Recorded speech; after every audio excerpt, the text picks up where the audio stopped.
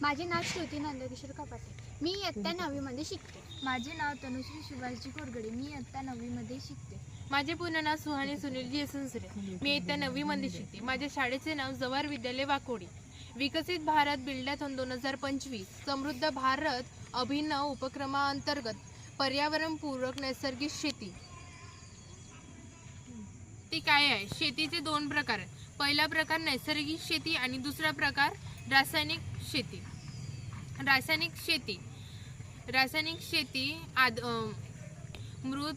माती मृत अवस्थेत असते. जैवविविधता राखल्या जात नाही. रासायनिक खतांचा वापरामुळे मित्रकिडी मारल्या जाते. जास्त खर्चिक असते आणि शेतकऱ्यांचे आत्महत्येचे प्रमाण वाढले जाते. नैसर्गिक शेतीमध्ये माती सजीव असते. जैवविविधता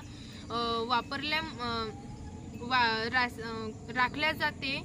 मित्रकिडीला संरक्षण केले जाते. अन्नधान्यातील पोषक तत्व वाढते. कमी खर्चिक आणि आपल्या फायदेशीर आहे. आणि म्हणूनच आम्ही समृद्ध भारत बनवण्यासाठी नैसर्गिक शेतीचा पर्याय निवडला आहे. आणि नैसर्गिक शेतीचे 4 आधारस्तंभ आहे.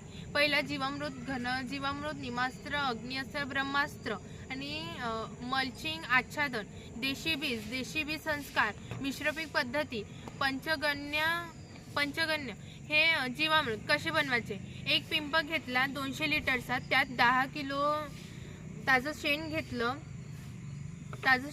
10 लिटर गोमूत्र घेतलं, 2 किलो बेसन, 2 किलो काळा गूळ आणि शेतातील धुऱ्यावरची 1 किलो माती घेतली.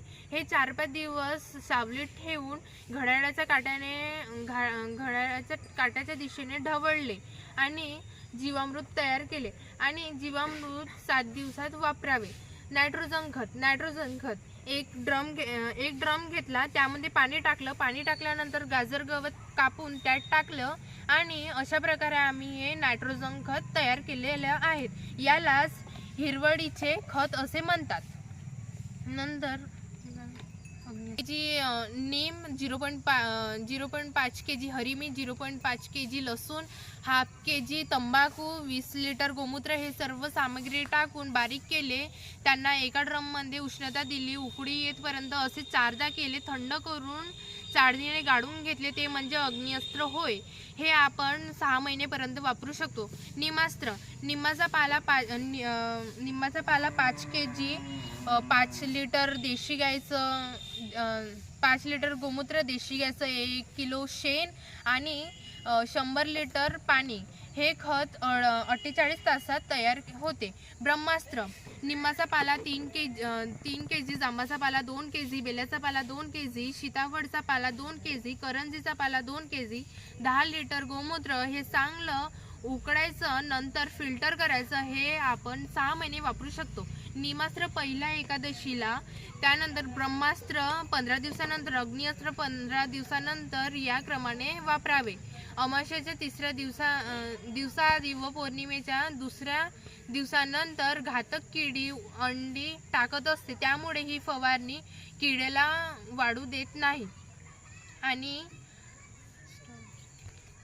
देशी बियांचा वापर वारंवार आपण करू शकतो. खर्च कमी लागतो. कीटकनाशकांचाही खर्च कमी लागतो. संकरित बियाणं एकदाच वापरता येते. दरवर्षी घ्यावे लागते. कीटकनाशक व रासायनिक खतांवर खर्च वाढते. चला तर नैसर्गिक शेतीचा अवलंबन करून समृद्ध भारत घडवूया.